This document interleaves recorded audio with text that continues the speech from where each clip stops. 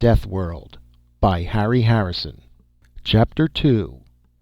The robot teller at the bank just pinged with electronic shock when he presented one of the bills and flashed a panel that directed him to see Vice President Wayne. Wayne was a smooth customer who bugged his eyes and lost some of his tan when he saw the sheaf of bills. "You wish to deposit these with us?" he asked while his fingers unconsciously stroked them. "Not today," Jason said. "They were paid to me as a debt. Would you please check that they are authentic and change them? I'd like 500,000 credit notes." Both of his inner chest pockets were packed tight when he left the bank. The bills were good and he felt like a walking mint. This was the first time in his entire life that carrying a large sum of money made him uncomfortable. Waving to a passing helicab, he went directly to the casino, where he knew he would be safe for a while. Cassilia Casino was the play spot of the nearby cluster of star systems. It was the first time Jason had seen it, though he knew its type well. He had spent most of his adult life in casinos like this on other worlds. The decor differed, but they were always the same: gambling and socialites in public, and behind the scenes, all the private vice you could afford. Theoretically, no-limit games, but that was true only up to a certain point. When the house was really hurt, the honest games stopped being square, and the big winner had to watch his step very carefully. These were the odds Jason dinAlt had played against countless times before. He was wary, but not very concerned. The dining room was almost empty, and the major domo quickly rushed to the side of the relaxed stranger in the richly cut clothes. Jason was lean and dark, looking more like the bored scion of some rich family than a professional gambler. This appearance was important, and he cultivated it. The cuisine looked good, and the cellar turned out to be wonderful. He had a professional talk with the sommelier while waiting for the soup, then settled down to enjoy his meal. He ate leisurely, and the large dining room was filled before he was through. Watching the entertainment over a long cigar killed some more time. When he finally went to the gaming rooms, they were filled and active. Moving slowly around the room, he dropped a few thousand credits. He scarcely noticed how he played, giving more attention to the feel of the games. The play all seemed honest, and none of the equipment was rigged. That could be changed very quickly, he realized. Usually it wasn't necessary. House percentage was enough to assure a profit. Once he saw Kirk out of the corner of his eye, but he paid him no attention. The ambassador was losing small sums steadily at 7 and silver, and seemed to be impatient, probably waiting for Jason to begin playing seriously. He smiled and strolled on slowly. Jason settled on the dice table as he usually did. It was the surest way to make small winnings. "And if I feel it tonight, I can clean this casino out." That was his secret, the power that won for him steadily, and every once in a while enabled him to make a killing and move on quickly before the hired thugs came to get the money back. The dice reached him, and he threw an 8 the hard way. Betting was light, and he didn't push himself, just kept away from the 7s. He made the point and passed a natural. Then he crapped out, and the dice moved on. Sitting there, making small automatic bets while the dice went around the table, he thought about the power. Funny, after all the years of work, we still don't know much about psi. They can train people a bit and improve skills a bit, but that's all. He was feeling strong tonight. He knew that the money in his pocket gave him the extra lift that sometimes helped him break through. With his eyes half closed, he picked up the dice and let his mind gently caress the pattern of sunken dots. Then they shot out of his hand, and he stared at a 7. It was there, stronger than he had felt it in years. The stiff weight of those million-credit notes had done it. The world all around was sharp-cut, clear, and the dice were completely in his control. He knew to the 10th credit how much the other players had in their wallets, and was aware of the cards in the hands of the players behind him. Slowly, carefully, he built up the stakes. There was no effort to the dice. They rolled and sat up like trained dogs. Jason took his time and concentrated on the psychology of the players and the stick man. It took almost 2 hours to build his money on the table to 700,000 credits. Then he caught the stick man signaling they had a heavy winner. He waited until the hard-eyed man strolled over to watch the game. Then he smiled happily, bet all his table stakes, and blew it on one roll of the dice.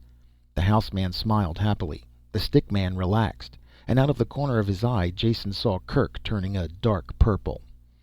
Sweating pale, his hand trembling ever so slightly, Jason opened the front of his jacket and pulled out one of the envelopes of new bills. Breaking the seal with his finger, he dropped two of them on the table. "Could we have a no-limit game?" he asked. "I'd like to win back some of my money." The stick man had trouble controlling his smile now. He glanced across at the houseman, who nodded a quick yes. They had a sucker and they meant to clean him. He'd been playing from his wallet all evening. Now he was cracking into a sealed envelope to try for what he had lost. A thick envelope, too, and probably not his money. Not that the house cared in the least. To them, money had no loyalties. The play went on, with the casino in a very relaxed mood. Which was just the way Jason wanted it. He needed to get as deep into them as he could before someone realized they might be on the losing end. The rough stuff would start, and he wanted to put it off as long as possible.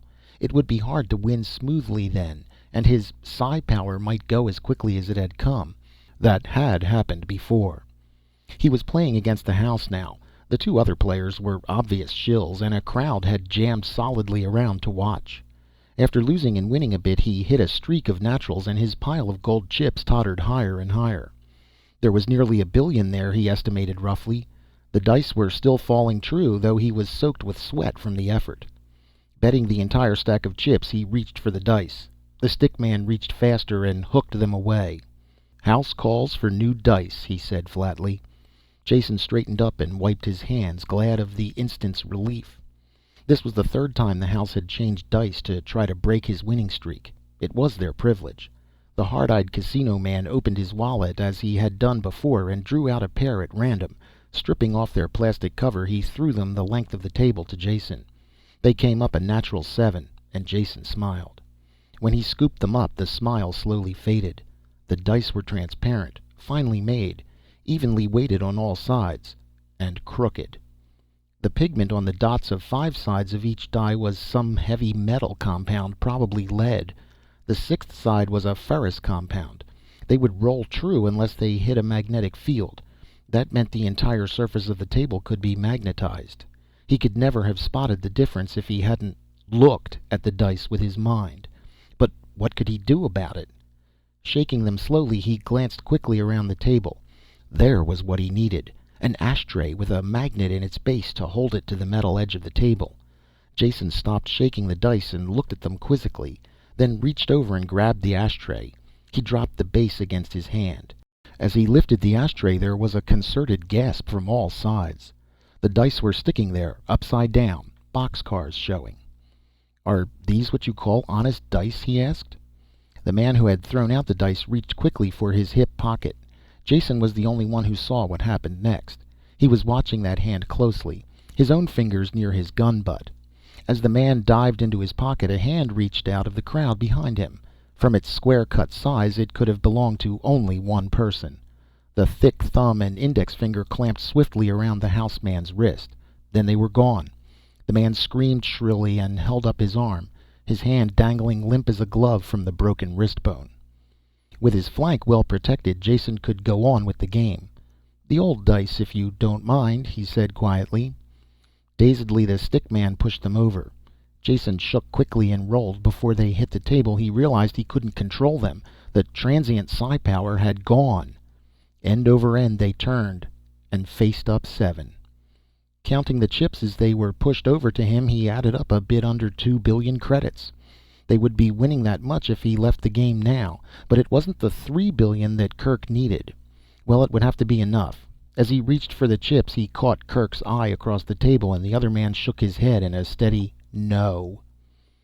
"Let it ride," Jason said wearily. "One more roll."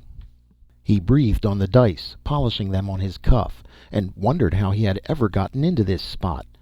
Billions riding on a pair of dice. That was as much as the annual income of some planets. The only reason there could be stakes like that was because the planetary government had a stake in the casino. He shook as long as he could, reaching for the control that wasn't there, then let fly.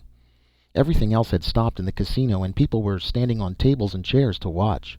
There wasn't a sound from that large crowd. The dice bounced back from the board with a clatter loud in the silence and tumbled over the cloth. A 5 and a 1. 6. He still had to make his point. Scooping up the dice, Jason talked to them.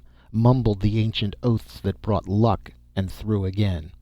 It took 5 throws before he made the 6. The crowd echoed his sigh, and their voices rose quickly. He wanted to stop, take a deep breath, but he knew he couldn't. Winning the money was only part of the job. They now had to get away with it. It had to look casual. A waiter was passing with a tray of drinks. Jason stopped him and tucked a 100-credit note in his pocket. "Drinks are on me," he shouted while he pried the tray out of the waiter's hands. Well-wishers cleared the filled glasses away quickly, and Jason piled the chips onto the tray. They more than loaded it, but Kerk appeared that moment with a second tray. "I'll be glad to help you, sir, if you will permit me," he said. Jason looked at him and laughed permission. It was the first time he had a clear look at Kerk in the casino. He was wearing loose purple evening pajamas over what must have been a false stomach. The sleeves were long and baggy, so he looked fat rather than muscular. It was a simple but effective disguise. Carefully carrying the loaded trays, surrounded by a crowd of excited patrons, they made their way to the cashier's window. The manager himself was there, wearing a sickly grin. Even the grin faded when he counted the chips. "Could you come back in the morning?" he said. "I'm afraid we don't have that kind of money on hand." "What's the matter?" Kerk shouted. "Trying to get out of paying him? You took my money easy enough when I lost. It works both ways." The onlookers, always happy to see the house lose, growled their disagreement. Jason finished the matter in a loud voice. "I'll be reasonable. Give me what cash you have and I'll take a check for the balance." There was no way out. Under the watchful eye of the gleeful crowd, the manager packed an envelope with bills and wrote a check. Jason took a quick glimpse at it, then stuffed it into an inside pocket. With the envelope under one arm, he followed Kerk towards the door. Because of the onlookers, there was no trouble in the main room. But just as they reached the side entrance, 2 men moved in, blocking the way. "Just a moment," one said. He never finished the sentence. Kerk walked into them without slowing, and they bounced away like 10-pins. Then Kerk and Jason were out of the building and walking fast. "Into the parking lot," Kerk said. "I have a car there." When they rounded the corner, there was a car bearing down on them. Before Jason could get his gun clear of the holster, Kerk was in front of him. His arm came up and his big, ugly gun burst through the cloth of his sleeve and jumped into his hand. A single shot killed the driver and the car swerved and crashed. The other 2 men in the car died coming out of the door, their guns dropping from their hands. After that they had no trouble.